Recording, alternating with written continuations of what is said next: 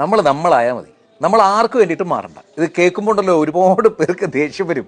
ഞാനുള്ള സത്യം പറയുന്നതാണ്, അതിനകത്ത് ദേഷ്യം തോന്നിയിട്ട് കാര്യമുണ്ടോ? നമ്മളായാൽ മതിയെന്നേ.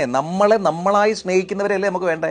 അല്ലെങ്കിൽ നമ്മളെ യഥാർത്ഥത്തിൽ സ്നേഹിക്കുന്നു എന്ന് പറയുന്നത് നമ്മൾ എങ്ങനെയാണോ അങ്ങനെ തന്നെ ആക്സെപ്റ്റ് ചെയ്യുന്നവരല്ലേ? ഒരാൾക്ക് വേണ്ടിയിട്ട് നമ്മൾ മാറുക, അയാളുടെ ഇഷ്ടങ്ങൾക്കനുസരിച്ച് നമ്മൾ ചേഞ്ച് വരുത്തുക.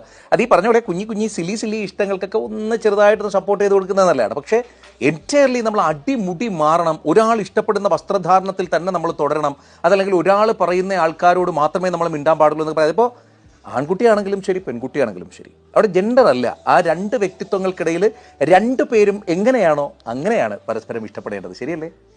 അല്ലേ? പലപ്പോഴും നിങ്ങൾക്കിടയിൽ ഉണ്ടാകുന്ന വഴക്കുകൾ പോലും അതുകൊണ്ടല്ലേ അത് ഭയങ്കരമായിട്ട് മാറ്റം വന്നു. അല്ലെങ്കിൽ ഞാൻ പറയുന്നൊന്നും അനുസരിക്കുക, അല്ലെ? ഈ അനുസരണയുടെ പോയിന്റ് ഓഫ് വ്യൂവിൽ നിന്നുകൊണ്ടല്ല ഞാൻ പറയുന്നത്. ചില കാര്യങ്ങൾ ചിലപ്പോൾ നമ്മൾ ഈ പരസ്പരം അങ്ങോട്ടും ഇങ്ങോട്ടൊക്കെ വിട്ടുവീഴ്ച വേണ്ടി വരും, കുറച്ച് അനുസരണയൊക്കെ വേണ്ടി വരും. അതൊക്കെ വേണ്ടി വരും പരസ്പരം, ഒരാൾ മാത്രമല്ല രണ്ടുപേരും. പക്ഷേ മാറ്റങ്ങൾ എന്ന് പറയുന്നത് നമ്മൾ എങ്ങനെ ജനിച്ചു വളർന്നോ, നമ്മളെങ്ങനെ വളർത്തപ്പെട്ടോ അതിനൊക്കെ അനുസരിച്ച് നമ്മുടെ ഉള്ളിലൊരു സ്വഭാവം ഉണ്ടല്ലേ, നമ്മുടെ വായന, നമ്മുടെ അറിവൊക്കെ വെച്ചിട്ട് എനിക്ക് മാറ്റാൻ വലിയ പാടാണ്, അല്ലേ? അപ്പോൾ അതുകൊണ്ട് ആർക്ക് വേണ്ടിയിട്ടും മാറണ്ട.